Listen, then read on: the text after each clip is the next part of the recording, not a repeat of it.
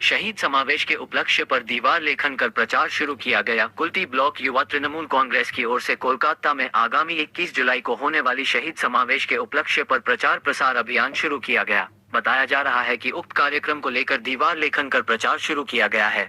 मौके पर जिला तृणमूल कांग्रेस के सभापति पार्थ दयासी, पूर्व पार्षद तथा तृणमूल कांग्रेस नेता मीर हाशिम, कुल्टी ब्लॉक युवा तृणमूल कांग्रेस के सभापति विमान दत्ता आदि तृणमूल समर्थक उपस्थित थे। इस अवसर पर जिला तृणमूल कांग्रेस के सभापति पार्थ दयासी ने कहा कि हर वर्ष की भांति इस वर्ष भी धर्मतल्ला में शहीद दिवस पालन किया जाएगा। इसके लिए पश्चिम बर्धमान जिला के विभिन्न ब्लॉक में प्रचार शुरू कर दिया गया है। विगत लोकसभा चुनाव को लेकर उन्होंने कहा कि विरोधी दल बीजेपी जिस तरह हवा बनाई थी, जनता ने दिखा दिया कि पश्चिम बंगाल में मुख्यमंत्री ममता बनर्जी ही रहेगी और आगामी 21 जुलाई को शहीद समावेश भी ऐतिहासिक होने वाला है। আপনারা প্রত্যেকেই জানেন যে 21 জুলাই প্রতি বছর শহীদ স্মরণ পালন হয় আমাদের ধর্মতলায়। তো সেই হিসেবে আমাদের পশ্চিম বর্ধমান জেলা তৃণমূল যুব কংগ্রেসে গত রবিবার একটা মিটিং হয়। সেই মিটিংয়ে নির্দেশ দেওয়া হয়েছিল প্রতিটি ব্লকের যুব সভাপতিদেরকে যে অন্তত প্রচারটা আমাদের শুরু করে দেওয়ার জন্য।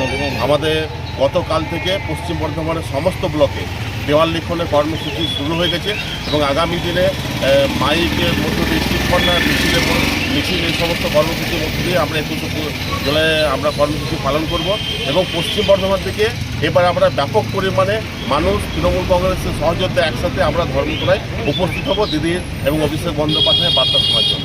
রিসেন্ট তো ভোট পেলেও কর্মীদের মনোবেশ চাঙ্গা আছে, সেক্ষেত্রে এবারে কি লোক সংখ্যা কি বাড়বে বলে মনে করছেন? অবশ্যই, কারণ আপনারা প্রত্যেকেই জানেন যেভাবে বিরোধীরা বিশেষ করে বিজেপি পশ্চিমবাংলায় একটা হাওয়া তৈরি করার চেষ্টা করছে। তারা নাকি এবার প্রায় 30টা 26টা আসন পাবে, কিন্তু বাংলার জনগণ বাংলা মানুষ যে রায় দিয়েছে যে তৃণমূল কংগ্রেস ছাড়া, মমতা বন্দ্যোপাধ্যায় ছাড়া পশ্চিমবাংলায় কোনো মানুষের ওপর কোনো নেতার ওপর আস্থা নেই এবং সেই আস্থার ওপর ভরসা করে 21 জুলাইয়ে ঐতিহাসিক সমাবেশ হবে এবার 2024।